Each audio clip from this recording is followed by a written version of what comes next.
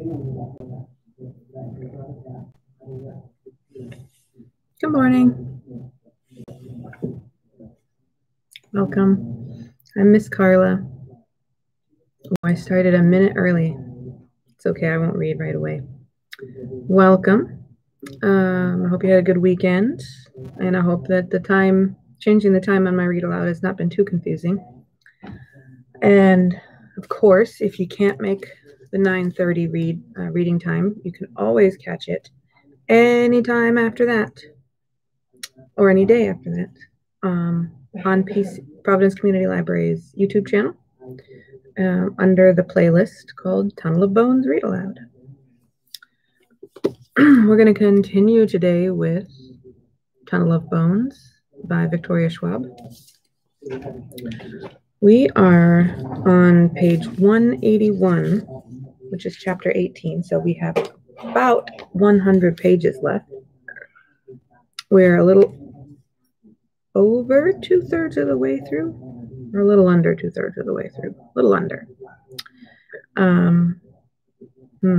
My brain isn't doing math too well this early in the morning. I know it's not that early, but I've never been a morning person. All right. Okay, it's 9:30, so we'll go ahead and start. We are on chapter 18.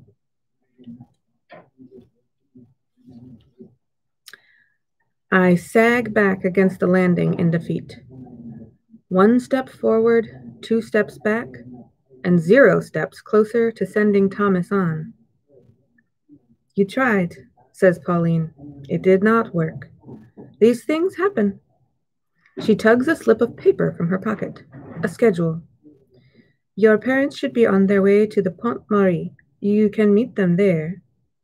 You knew she wouldn't talk to me. Pauline shrugs again. I suspected, perhaps. The French are private people. But you didn't say anything, I cry, exasperated. You let me come all this way. Why didn't you warn me? Pauline turns her sharp eyes on me. Would it have stopped you? I open my mouth to protest, then close it again. That's what I thought. I want to shout, to say that it has to work, that Thomas is getting stronger and I have to learn his story so I can remind him who he is, so that the mirror will work and I can send him on before someone gets hurt, or worse. Instead, I press my palms against my eyes to clear my head and follow Pauline down the stairs and out into the sun.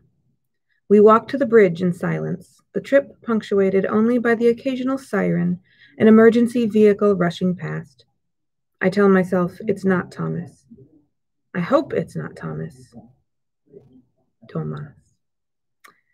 The upside, observes Jacob, is that if it is Thomas, it seems like he's no longer fixated on you. Somehow that doesn't make me feel better. Jacob glances over his shoulder, frowns. What is it? I ask silently. He hesitates, then shakes his head. Nothing. The Seine comes into sight, and I spy my parents leaning against the stone lip of a bridge, waiting while Anton and Annette adjust their cameras. Paris has a ton of bridges, crisscrossing the river and running from the banks to the 2 islands that float in the middle. This particular bridge doesn't look all that special. It's the same pale stone as so much of the city, but as my shoes hit the edge, the veil pulses, rippling around me. Jacob shoots me a warning look, and I force the veil back, manage to keep my feet. By the time Pauline and I reach Mom and Dad, they've already started filming. Paris has many ghost stories, begins Mom. Some of them scary, and some of them strange, some of them gruesome, and some simply sad. But few are as tragic as the ghost of the Pont Marie. Jacob looks over his shoulder again, and I assume he's just keeping an eye out for Thomas. During World War II, explains Dad, the resistance relied on spies to steal information, smuggle secrets from the Nazi forces. Hey, Cass, says Jacob, but I shush him. It's said that the wife of a resistance fighter became a spy in an unconventional way. She began seeing a Nazi soldier and took his secrets back to her husband. The woman and her husband would meet here on the Pont Marie at midnight. Cass, whispers Jacob again. What is it? I hiss. Someone's following us. What? I turn to follow Jacob's gaze, already lifting the camera viewfinder to my eye. I brace myself, expecting to see Tomas. But instead, I see a girl with a high ponytail and gold sneakers that catch the light. Adele. To her credit, she doesn't try to blend in or hide. She doesn't even pretend to be looking at anyone or anything else.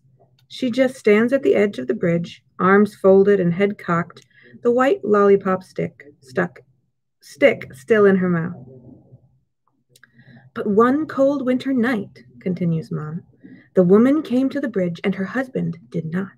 He never showed, and she froze to death right here, secrets frozen on her tongue. I walk up to Adele. She's a good head shorter than me, but she stares up, unblinking. How long have you been following me? I ask her. She shrugs.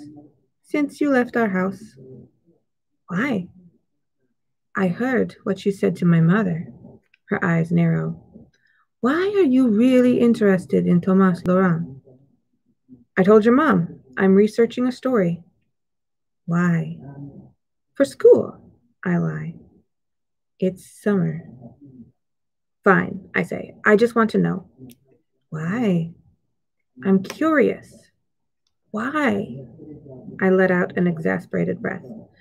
Because I'm a ghost hunter and Tomas Laurent is a ghost. Actually, he's a poltergeist, which is like a ghost but stronger. I accidentally woke him up or something, and now he's causing all kinds of problems, and I have to send him on to the other side, but I can't do that till I figure out who he was, because he doesn't remember.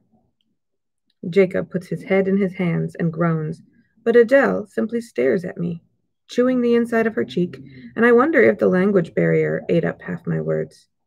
But then, after a long moment, she nods. Okay. Okay. I believe you. She has a small backpack slung over one shoulder, and as I watch, she unzips it and pulls out a dozen cards, their edges fraying. I brought you these, she says, holding them out so I can see.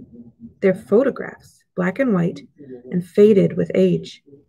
One of the photographs is of a boy. I recognize Tomas instantly. The round face, the wild curls, the smile, not menacing here, but open, cheerful. Something rattles through me at the sight of this boy, not faded, but solid, bright-eyed, alive. Real. I take the photos, turning through the stack. In the next one, Tomas isn't alone. A boy several years older than him stands beside him, one hand resting playfully on the younger boy's head. That's Richard, says Adele, Tomas' older brother, my great-grandfather. The third photo is a family portrait, the two boys side by side, framed by their parents, who stand stiff-backed and straight. And in the last photo, the older boy, Richard, stands alone in front of a Parisian building, his eyes a little sad. I recognize the doorway, the arch of the windows. I was just there, the building where the Laurents still live. Do these photos help you? Asks Adele. I nod. Thank you. It's not Tomas's story, but it's something. After all, photos are memories pressed into paper. Maybe showing them to Tomas will jog his memory. But in order for that to work, I have to find him again. Cass, calls Mom as she and Dad walk over, the crew on their heels. Jacob sniffles a little and retreats, repelled by the sage and salt pouches I planted in their pockets and bags. We're done here. How was your adventure? And who's this charming girl? Adele Laurent, she answers before I can. I am helping Cassidy with her... And I have to resist the urge to throw my hand over her mouth before she finishes. Research project. Pauline looks surprised, but Mom only beams. How nice. That's wonderful, adds Dad. Yeah, she's been super helpful, I say. I'm about to offer to walk the girl home, a perfect opportunity to slip away and maybe learn more about Tomas. But Adele says, You are filming a show about ghosts, n'est pas? That's right, says Dad. We're on our way to our next location. Our last one, actually. Adele brightens. And then, before I can get a word in, she adds, Cassidy said I could come with you. I most certainly did not. Of course, says Mom, if it's all right with your parents. Adele shrugs. Mama doesn't mind where I go, so long as I'm careful. Lucky, I think. Well, adds Dad, gesturing across the bridge to an island where a cathedral rises against the skyline. All we have left to film is Notre Dame. C'est cool, says Adele. As soon as my parents turn to go, I round on the girl. I didn't say that you could come. She shrugs. I know, but it's summer. There's nothing to do, and this sounds much more fun than watching television. Besides, you owe me. I helped you. Yeah, you did, I say. And look, thanks for the photos, but it's not safe, and you need to go home. I can help you more, she counters stubbornly. I speak French, and I fit into small places. Adele. Plus, he is my family, not yours. Girls, calls Mom over her shoulder. Are you coming? Adele smiles and jogs to catch up. And somehow, just like that, I've gained a shadow.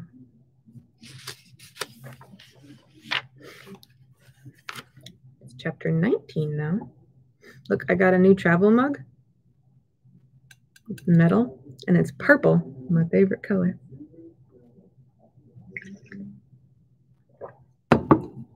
We weave through the streets, the twin stone towers of Notre Dame rising ahead of us. As we walk, I turn through the old photos again, searching for clues. I keep coming back to the one with the two brothers. They're both smiling, and Richard has one hand planted in the mop of Tomas's hair. Before, I was focused on Tomas, but this time, I can't stop looking at Richard. His hair is lighter than Tomas's, tucked beneath a cap, his face leaner and more angled. But it's his eyes that stop me. They're happy, bright, and they remind me of someone. He looks kind of like you, I whisper, tipping the photo towards Jacob. A shadow crosses Jacob's face, and for an instant he looks distracted, sad. I don't see it, he mumbles, looking away. Who are you talking to? Asks Adele, bobbing along beside me. Jacob, he's a ghost. She crinkles her nose. But I thought you hunted ghosts. Jacob and I exchange a look. I do, I say. For a terrible second, the nightmare rises up in my mind, and I push it down. But Jacob's different.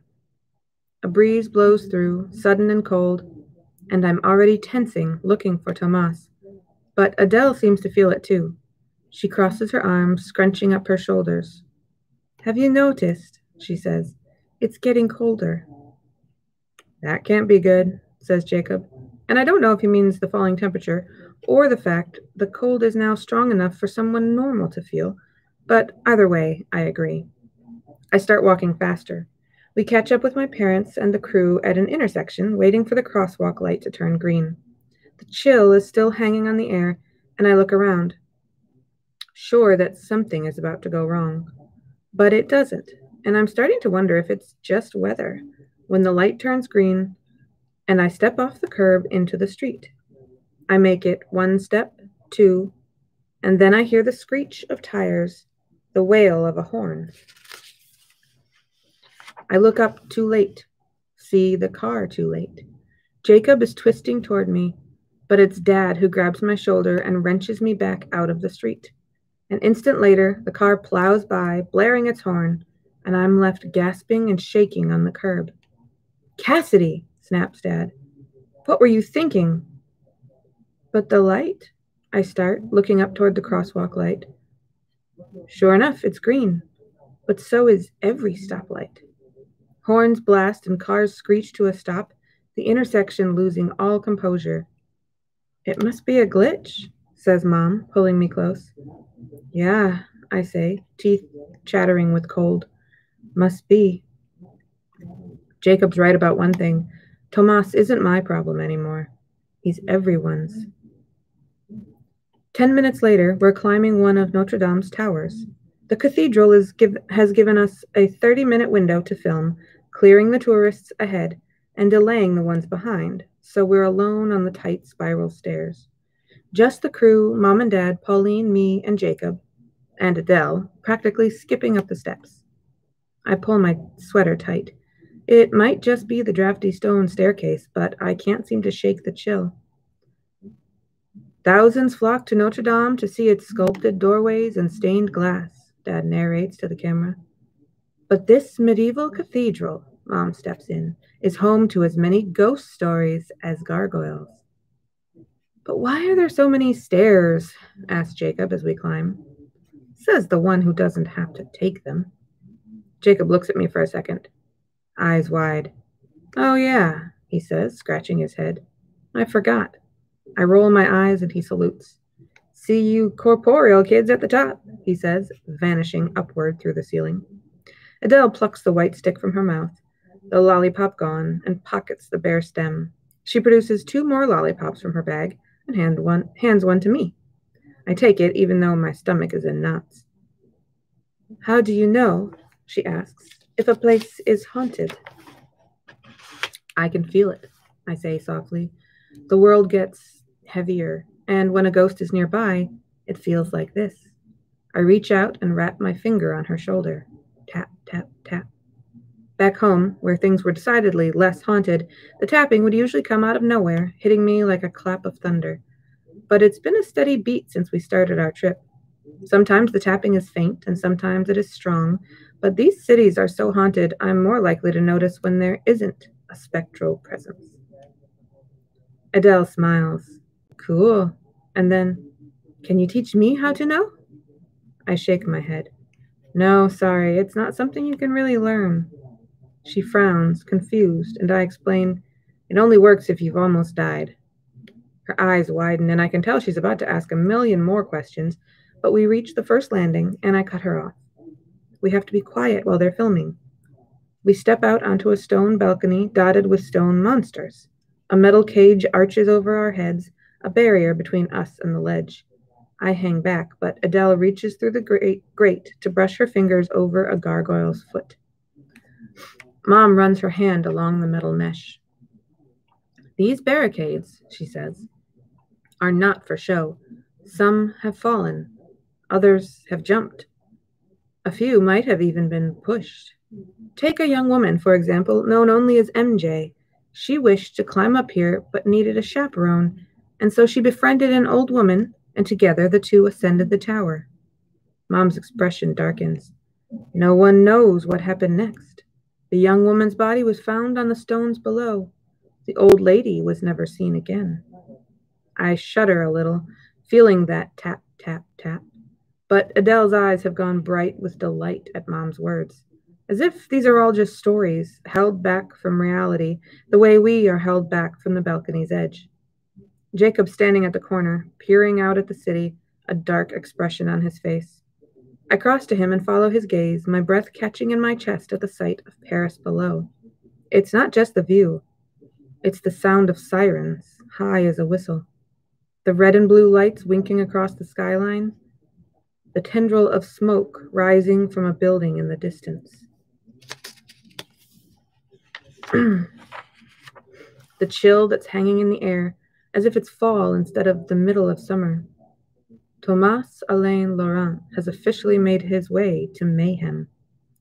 Mom and Dad and the crew move along, vanishing into the bell tower at the other end of the balcony. Adele follows them, but I hang back, looking through the protective mesh. We're a long way up, which means it's a long way down. An idea forms in the back of my mind. A look of horror sweeps across Jacob's face. Cassidy, wait. But I'm already cutting through the veil. That short, sharp drop through black water and into gray, and then I'm back on the cathedral balcony, bells tolling, the 2 towers rising into fog overhead. There is really only one difference. Here in the veil, there's no protective cage, just the railing and the open air, and the promise of a very long fall. It worked before, I think, forcing myself toward the rail. Fear claws against my skin. Fear of heights, fear of falling, fear that this will work, fear that it won't. But maybe the kind that draws poltergeists, like moths to a flame.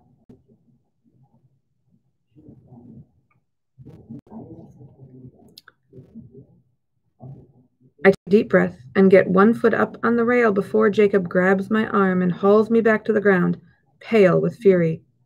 What are you doing, Cass? Climbing onto a crypt is one thing. This is something else entirely. You're going to get yourself killed. I'm not, I say, twisting free. I just have to create the potential. I worked hard to save your life, and I'm not going to let you throw it away. I'm not throwing anything away, Jacob. I'm paying my debt. Doing my job. Why is this your job? Because Laura said so? She doesn't know everything, even if she acts like she does, and I am not letting you get up on that rail. Fine, I snap. I'll think of something else. I start pacing. I just have to draw him out. There has to be a way to trap him, even just long enough for me to... Enough, shouts Jacob, all the humor gone from his voice. Enough. Just admit why this is really so important to you. I blink, confused. What? The second rule of friendship is no lies, Cass. Besides, it's literally all you've been thinking about since we got to Paris. So admit it. It's not just Thomas Laurent you're so worried about. It's me. The words hit me like a punch. What? No, But then I hesitate. I don't think I realized it, but he's right. It's not the only reason, but it's definitely one of them. The truth is, I'm scared. Scared of Jacob's growing power, scared of what it means. Scared Lara was right. Scared of not being able to save my best friend. Scared I'm turning into some kind of monster, Jacob growls, his eyes getting darker, his skin beginning to gray. Jacob, don't you trust me? I do, but you think I'm becoming the kind of ghost you're supposed to hunt. Well, the kind you have to. I mean, I'm already the kind you're supposed to. There's no forgetting that. Stop, I plead. But Jacob is shaking with anger. And just so you know, he says, I still remember everything about my life and the way it ended. I just don't want to share it with you. Why not? Because it's none of your business, he shouts, the hair rising up around his face, as if the air around him is turning to water. Because I don't want to think about it. His clothes begin to darken, as if wet. And I don't want you to know because you won't look at me the same. His chest heaves, his shirt soaked through. I won't be the boy who saved your life. I'll be the one who died. And I throw my arms around his shoulders and hug him as tightly as I can here in this place where I'm less solid and he's more real. And for a second, Jacob just stands there, and I don't know if he's still angry or just surprised. And then the fight goes out of him. His shoulders slump, his head tips forward against my shoulder. I don't know what's happening to me, he says. I don't know what it means. It scares me too. But I don't want to go. I don't want to lose you or myself. I tighten my grip. You're not going to, I say. You have something the poltergeist doesn't. What's that? I pull back so he can see my face. You have me. He smiles, a thin imitation of his usual humor. But it's something. I pull away, wiping my eyes quickly. Viens, whispers a voice, and we both turn to see the ghost of a little old lady hobbling toward us in a faded dress and coat, her skin worn deep with wrinkles. Her eyes are too bright, her smile wide and full of wooden teeth. Jacob shakes his head, a nervous laugh escaping like steam as our world returns to normal. How weird that this is normal. Viens avec moi, the old lady coos, one gnarled hand reaching forward. Mom's story comes back to me. The young woman's body was found on the stones below. The old lady was never seen again. Viens, the ghost urges, shuffling closer, and I'm very aware of the lack of railing behind me, the long fall. I've got your back, says Jacob, putting himself between me and the edge. I draw out the pendant from my pocket, lifting the mirror to the old lady's eyes. Her fingers close around my wrist. Viens avec, she begins, trailing off as she catches her reflection. This time, I remember the words right away. Watch and listen, I say. Her eyes go flat and empty. See and know. Her edges ripple. This is what you are. The old woman's hand slips from my wrist. Her whole body goes thin, and I reach into the hollow of her chest and draw out the thread of her life, brittle and gray and lightless. It dissolves in my hand, blows away, and so does the old woman. The bells are still ringing, but they sound far away, and the veil begins to thin, losing its sharpness, its shape, without the ghost to hold it up. Jacob rests a hand on my shoulder, and I turn back to him. Let's get out of here, I say, taking his hand. The veil parts, and we step through. I inhale deeply, trying to shake off the weirdness that always follows me back from the other side, and Jacob's hand goes thin in mine, dissolving back from flesh to something ever so slightly thicker than air. There's a small squeak of surprise, and I realize Adele is staring at me, the place where I'm standing, the place where I obviously wasn't standing a second ago, her eyes wide and her mouth open in surprise. Ooh. That's the end of that chapter. So that brings us to chapter 20, page 203. So we'll stop there for now because the library is going to open at 10 o'clock. Let's see. We made it to page 203. We have been reading. This is our eighth installment. So we're reading at a rate of 200 divided by 8. Oh man, my brain's not working. Well, okay, we've got less than 100 pages left, so it should take less than 4 more days to finish because that's like half as far as we've gone. So today's Monday, Wednesday, and then Monday and Wednesday again. We might be able to finish by next Wednesday, but otherwise probably the following Monday. So we're getting there. Look. We're getting there. This is very exciting. It's also kind of sad. I wonder if we're going to find out what happened to Jacob in this book or if we're going to have to wait for the next one. Did you know there's another book coming out, I think in March or April? It's called Bridge of Souls, I believe. So I'm sure there's more of the story, but I wonder if we're going to learn in this book what happened to Jacob or if we'll have to wait. And why does he look like Tomas or Tomas's brother? Do you think they're related? Jacob doesn't seem French, but maybe he hides it well. Anyway, it's a lot of fun to think about what might happen. It's fun reading this story along with you guys because when I read the first book, City of Ghosts, aloud this summer, I had already read it once. So I knew what happened. Well, I forgot a couple things, but mostly I knew. But this one, I don't know what's happening, so I'm getting surprised at the same time you are. Thank you for joining. I hope you liked it, and I hope to see you next time, Wednesday at 9:30.